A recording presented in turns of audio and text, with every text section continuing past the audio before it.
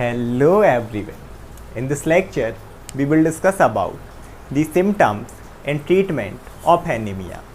इससे पहले के लेक्चर्स में हमने एनीमिया साथ ही साथ उसके टाइप्स को कवर किया था।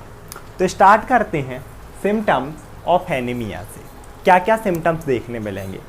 सिंपल सी बात है, एनीमिया मीन्स ब्लड की कमी है, आरबीसी की कमी है, तो उसी से रिलेटेड हमें सारे सिम्टम्स देखने मिलने हैं।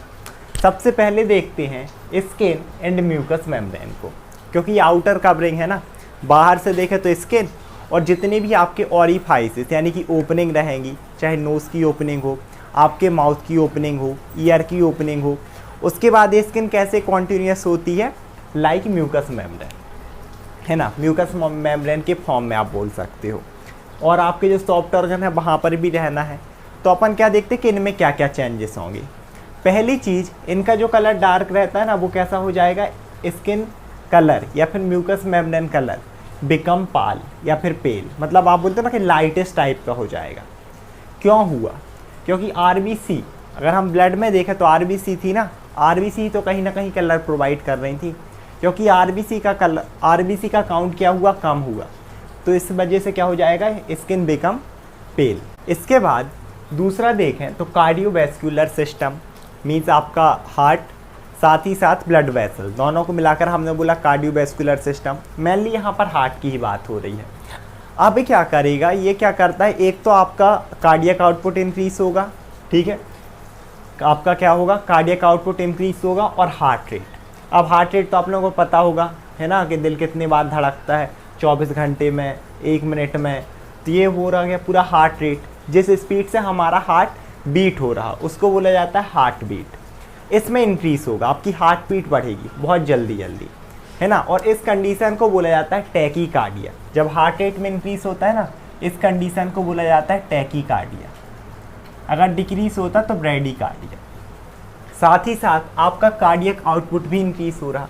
कार्डियक आउटपुट क्या होगा, कार्डियक मतलब हार्ट है ना। जब अपन कार्डियोवैस्कुलर सिस्टम देखेंगे तब इन सबको अपन डिटेल में पढ़ेंगे, क्योंकि ये 15 मार्क्स 10 मार्क्स के क्वेश्चन भी आते हैं और इम्पोर्टेंट भी है।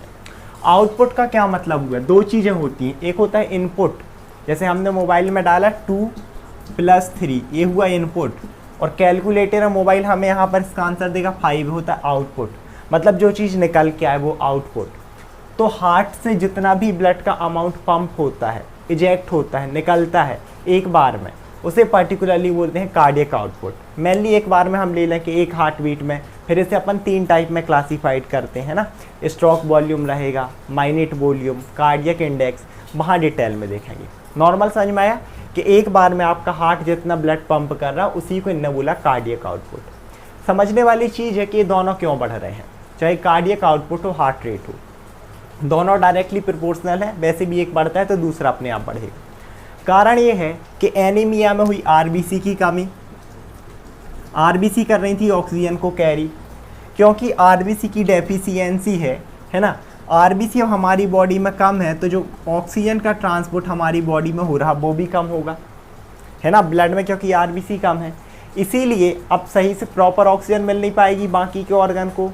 तब आपका जो पूरा सिस्टम है ना बॉडी का, वो क्या करेगा, कार्डियक आउटपुट हार्ट रेट को बढ़ाएगा। ये क्या करेगा, हार्ट से जो नॉर्मली है ना, जैसे माइनट वॉल्यूम हम देखें ना, तो 1 मिनट में हमारा heart 5 litre blood, almost body का पूरा ब्लड एक बार में 1 मिनट में पंप कर देता है। इस चीज़ को इंक्रीज़ करने लगेंगे, इसे बढ़ाएगा, इसको 5 से इंक्रीज़ करेगा 5 लीटर से, ताकि जितना ज़्यादा ब्लड आपका पंप होगा उसके साथ साथ अब आरबीसी भी है ना, वो भी क्या होगी, ज़्यादा अमाउंट में जाएंगी। और अगर आरबीसी ज़्यादा अमाउंट में कहीं ना कहीं हमारी बॉडी में ट्रांसपोर्ट होने लगेंगी, तो वो ऑक्सीजन भी एक अमाउंट में ट्रांसपोर्ट है ना, क्योंकि आरबीसी कम हो गई थी, ऑक्सीजन कम थी, तो ज़्यादा ब्लड पंप करेगा, ताकि वो ऑक्सीजन की डिमांड, जो कम डिमांड हो गई थी ना, ऑक्सीजन कम हो रही थी, वो डिमांड पूरी कर सकें।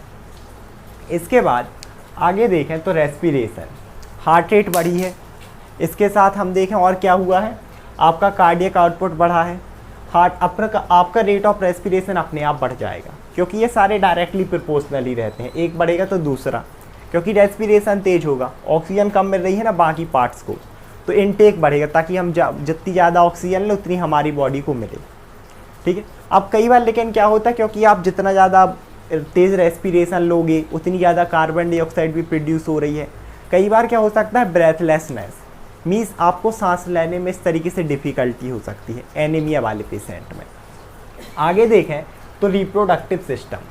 अब रिप्रोडक्टिव सिस्टम में ना मेनली फीमेल्स में आपका जो मेंस्ट्रुअल साइकिल है वो डिस्टर्ब होता है। नॉर्मल होता है ना 28 डेज़ का कि 28 डेज़ में आना है। अगर एनीमिया तो ये चीज़ें बिगड़ सकती हैं, कई बार वो जल्दी हो सकता है, कई बार लेट हो सकता है। साथ ही साथ ब्लीडिंग में भी दिक्कत है कि किसी बार हैवी ब्लीडिंग हो गई, तो ये पूरा डिस्टर्बेंस उनमें देखने मिलता है। आगे देखें तो होल बॉडी। अब आपकी पूरी बॉडी में क्या क्या देखने मिलेगा, तो जैसे मैंने बोला कि भाई सिंपल सी बात है, आरबीसी की कमी। आरबीसी करती हैं ऑक्सीजन कैरी, क्योंकि आरबीसी कम हुई है, ऑक्सीजन का ट्रांसपोर्ट आपकी बॉडी में कम हुआ है। और मेनली हम जितनी भी ऑक्सीजन लेते हैं ना उसका 20% तो हमारा ब्रेन ही यूज़ करता है। क्योंकि आरबीसी कम है, ब्रेन तक भी ऑक्सीजन कम जाएगी, तो मेनली यही सिम्टम्स रहेंगे कि आपको क्या डिजीनेस, चक्कर, है ना। एक तो आपको क्या सकता है डिजीनेस कि आपको चक्कर आ गए, उसके साथ साथ फटीक क्या होता है, थकावट। अब सिंपल सी बात है, हमारी जितनी बॉडी के ऑर्गन हैं उन्हें एनर्जी चाहिए। एनर्जी किससे प्रोड्यूस होती है, इसी ऑक्सीजन से, न्यूट्रिएंट से। क्योंकि ऑक्सीजन कम है आरबीसी के चक्कर में, आरबीसी कम, हीमोग्लोबिन कम, उसी को वही ऑक्सीजन कैरी करती है। ऑक्सीजन हमारे बॉडी के टिश्यू को कम मिल रही है, वो एनर्जी प्रोड्यूस नहीं कर पा रहे एक सफिशिएंट अमाउंट में, फटीग, थकावट। इसके अलावा मेलाइस क्या होता है, एक फीवर वाली स्टेट आप बोल सकते हो कि जिसमें आपको एक तो ये थकावट है, साथ ही साथ थोड़ा थोड़ा फीवर है, तो इस कंडीशन को बोला जाता है मेलाइस। इसके बाद अब हम देखते हैं ट्रीटमेंट कि हम अगर किसी पर्सन को एनीमिया है ना, हमने डायग्नोसिस कर लिया, थ्रू ब्लड रिपोर्ट हो सकता है ना, सीबीसी, कंप्लीट ब्लड काउंट करके, और भी बहुत सारे टेस्ट होते हैं, हीमोग्लोबिन का टेस्ट हो गया, आयरन का टेस्ट हो गया, और हमने देखा कि किसी पर्सन में एनीमिया है। ट्रीट कैसे करें, सबसे पहली चीज़ है डाइटरी सोर्स। डाइटरी सोर्स का क्या मतलब हुआ कि पहले हम क्या क्या डाइट दे सकते हैं किसी को। जैसे किसी को आयरन डेफिशिएंसी एनीमिया है, तो हमने उन्हें क्या कर दिया कि भाई ऐसी चीज़, जैसे आयरन डेफिशिएंसी किस में मोस्ट कॉमन है, प्रेगनेंसी में, तो हम क्या करते हैं आयरन की टैबलेट्स दे सकते हैं, आयरन के कैप्सूल, जो कि नॉर्मली सब ने देखा होगा गांव में टैबलेट्स मिलती हैं आंगनबाड़ी से प्रेग्नेंट फीमेल को। ये चीज़ हो गई आयरन के सप्लीमेंट्स, कैप्सूल और किसके, टैबलेट्स के फॉर्म में। साथ ही साथ आप ऐसी डाइट उन्हें बोलो जैसे स्पाइनच, पालक ज़्यादा से ज़्यादा खाने को, गाजर, जिसमें आयरन का सोर्स ज़्यादा है। दूसरी चीज़ फॉलिक एसिड सप्लीमेंट, क्योंकि इसकी कमी से भी हमने देखा था ना, ये सारे न्यूट्रिएंट्स डेफिशिएंसी एनीमिया वाले हैं कि ये न्यूट्रिएंट्स कम है तो आपकी बॉडी में एनीमिया है ना। तो किसी में अगर फॉलिक एसिड की कमी की वजह से है तो आप फॉलिक एसिड के सप्लीमेंट दे दो, फिर से बहुत सारे फॉर्म में, कैप्सूल, मेडिसिन, है ना, टॉनिक। इसके अलावा विटामिन B12, इसकी भी टैबलेट्स आपको या कैप्सूल मिल जाएंगे। कुछ फूड प्रोडक्ट्स आप उन्हें वो कर सकते हैं कि जिसमें विटामिन B12 एक भरपूर मात्रा में हो, है ना। मिल्क हो गया आपका, मिल्क वाले प्रोडक्ट हो गए, पनीर। तो ये क्या करते हैं, अब ये जो दोनों फैक्टर है, ये है मैच्योरेशन फैक्टर। हमने जो देखा था ना एरिथ्रोपोइसिस की प्रोसेस, तो आरबीसी के प्रोडक्शन में साथ ही साथ हेल्दी आरबीसी बने, है ना। क्योंकि आरबीसी ख़राब बनेगी तो भी हमने देखा था हीमोलाइटिक एनीमिया हो सकता है किसी को ऐसा हो। तो आप ये प्रोडक्ट दोगे तो उसमें अब आरबीसी एक सही अमाउंट में अच्छे से बनेगी, मैच्योर आरबीसी, जिनका लाइफ स्पैन अच्छा होगा 120 डेज़, है ना, लगभग। इसके बाद ब्लड ट्रांसफ्यूज़न, ये एक मेथड है, किसी में ज़्यादा ही कमी है तो आप क्या कर दो, ब्लड को ट्रांसफ्यूज़, मतलब उसे ब्लड डोनेट कर दो, ताकि जो आरबीसी हो सकता है उसके अंदर अनहेल्दी रही हों, तो आपकी अब जो ट्रांसपोर्ट होगा वो आप सही आरबीसी उसके अंदर ट्रांसपोर्ट कर दोगे, और भी ब्लड सेल। इसके बाद स्टेम सेल या फिर बोन मैरो ट्रांसपेरेंट, क्योंकि बोन मैरो था ना, रेड बोन मैरो, वही आपकी ब्लड सेल बना रहा था। तो किसी में हो सकता है उसमें डिफेक्ट हो, अगर उसमें डिफेक्ट है तो है ना अप्लास्टिक एनीमिया जिसमें हमने बोला था, उसमें हम ये चीज़ कर सकते हैं कि आप बोन मैरो को ट्रांसपेरेंट कर दो किसी हेल्दी पर्सन से, तो उसके अंदर फिर ना अब हेल्दी सेल बनेगी। साथ ही साथ आप सिर्फ स्टेम सेल भी वो कर सकते हो कि आपने सिर्फ बोन मैरो से क्या ली, स्टेम सेल ली। और स्टेम सेल हमें पता है जैसे ही एनीमिया वाले पर्सन के अंदर जाएंगी, वो किसके कांटेक्ट में जाएंगी ना, आरबीसी के, उन्हें पता चल जाएगा कि यार इस पर्सन में ये आरबीसी का अमाउंट कम है, हमें इनमें कन्वर्ट होना है। तो कहीं ना कहीं फिर वो किस में, हेल्दी आरबीसी में कन्वर्ट होने लगेंगी, उनका फॉर्मेशन ज़्यादा होने लगेगा। इस तरीके से आप एनीमिया को ट्रीट कर सकते हो।